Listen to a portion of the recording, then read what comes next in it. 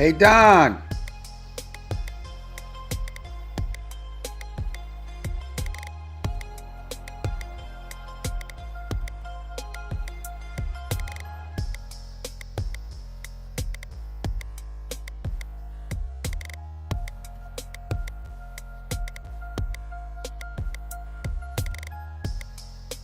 Don.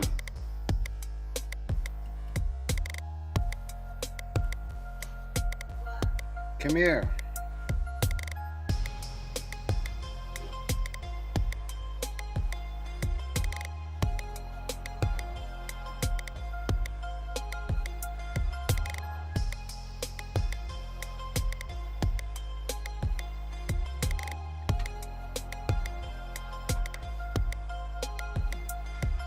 So I got the YouTube thing right here. I got it up here, but I can't share it. Share screen. Oh, um, hmm.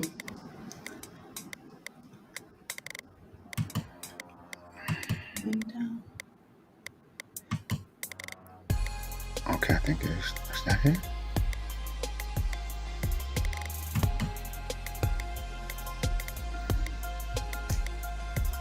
Okay, go to share again.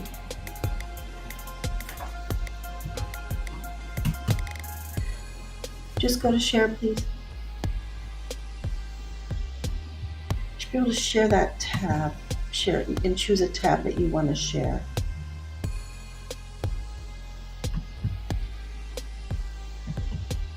It's not freaking. It's not doing it, man.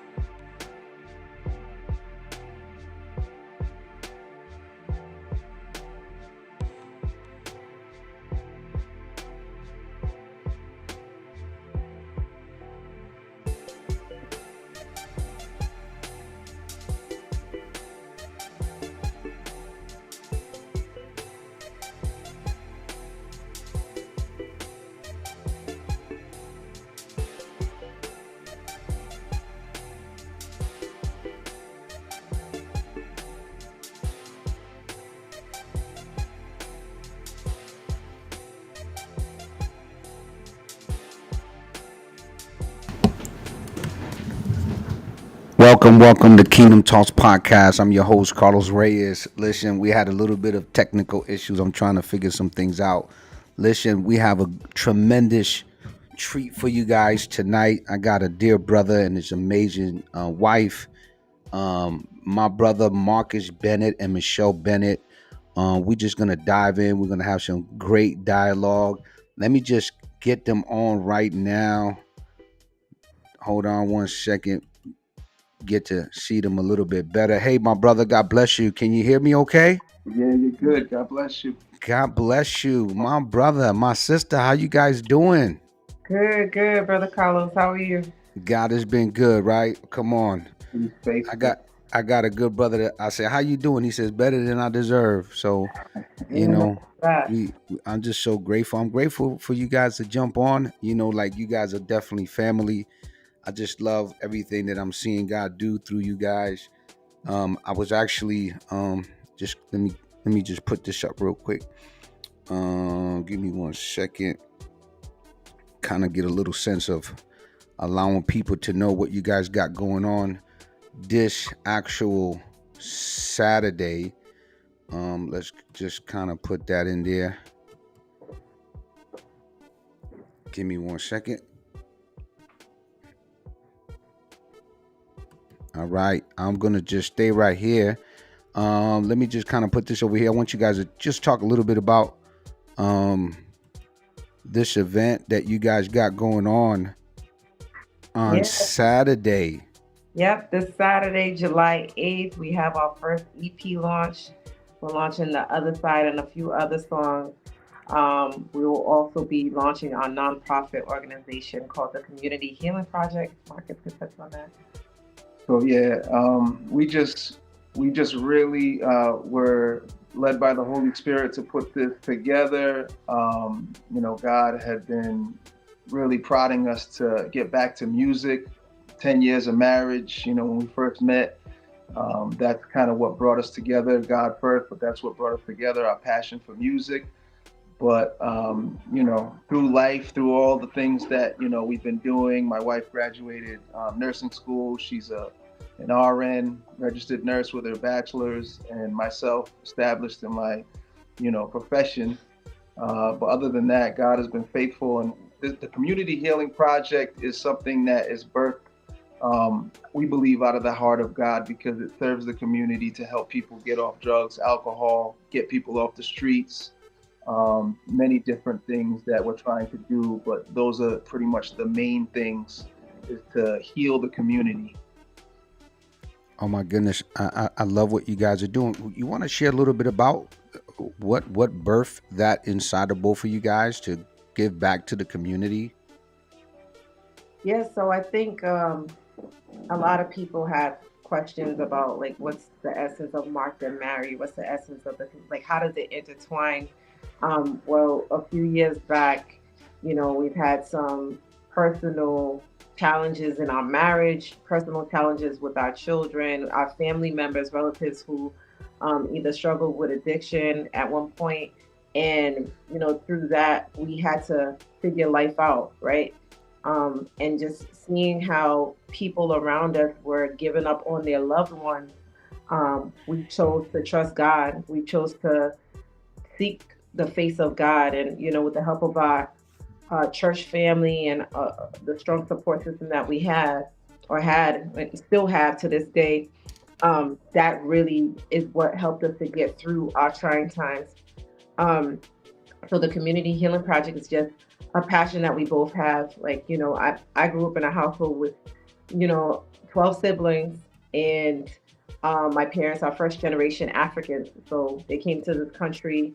My dad struggled with depression. He was an alcoholic, and we had no resources whatsoever. We didn't know who to turn to, who to depend on.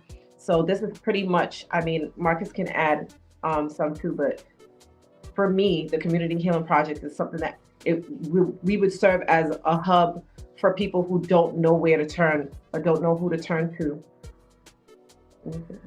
Yeah, and me and you, Carlos, met when I came out of the streets, when I came out of addiction. I was facing incarceration for a gun and drug charge, and it led me to Pivot Ministries in Connecticut, in Bridgeport. And I thank God for that ministry. Got to give a special shout out to Pastor Alonzo Smalls, who was basically the trailblazer of that ministry, and also Pastor David B. Smith, who was the executive director at the time when I came through Pivot. But, me dealing with drugs and alcohol, the streets, I was born into a family that was, we were plagued in my family. My mother, my father, either they were into drugs or selling drugs. So as I grew up, I just, fell into that same vicious cycle that, I felt like there was no way out. But thank God I was able to come to a place like Pivot. So the Community Healing Project is, we want to stay in that same lane, that same vein, to give people an opportunity who might not know or have never been to the church, an opportunity to come and get what we're providing, which is a tangible service. And then at the same time, they're going to get the gospel.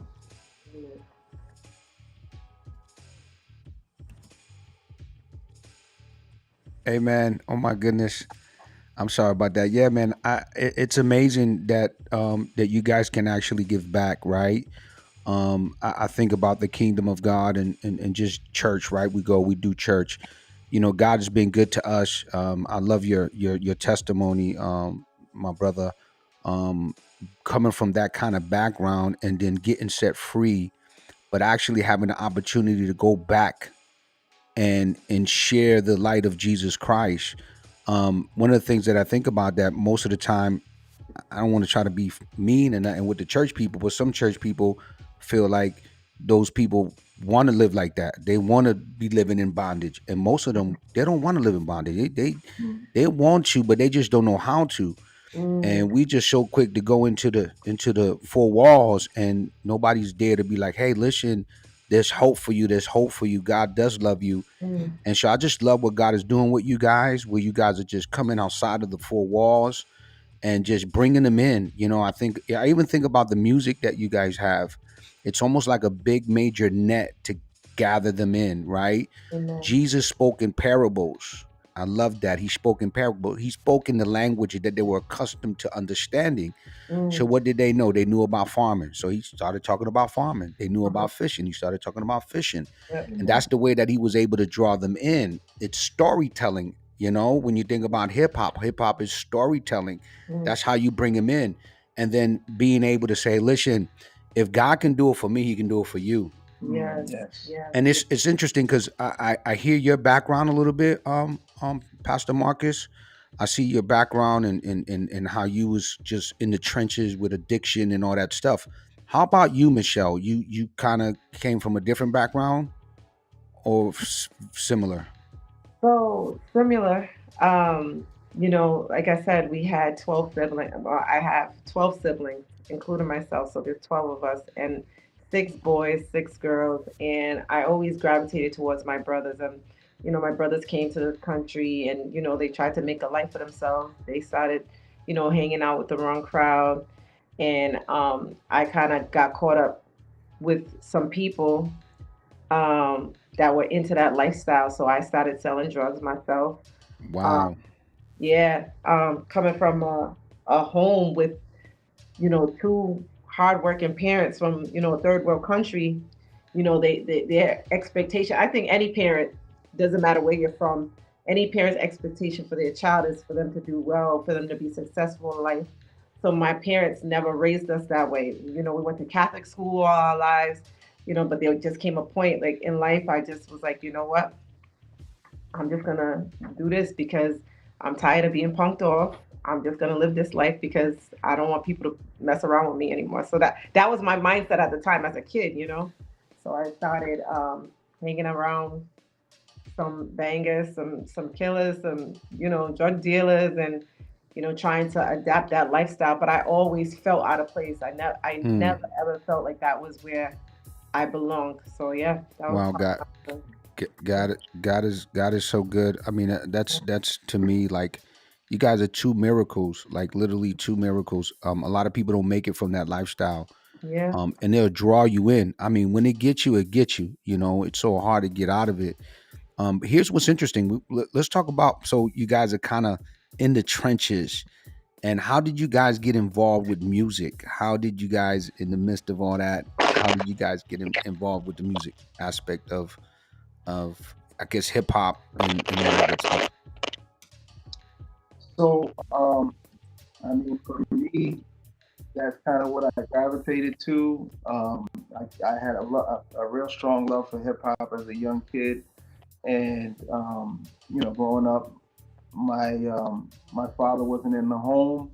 My mother did remarry when she had a struggle with drugs and alcohol, but she got saved. She got clean, and when she came to know the Lord, I kind of already was on my way, so to speak. So I kind of gravitated to anything that was defiant. I didn't want to go to church. She wanted to bring me to church. I didn't really want to go. And my dad would always, he wasn't in the things of God. He was living a life that wasn't church. It was the total opposite. That's his testimony. I don't want to get too deep into his testimony because that's not my place.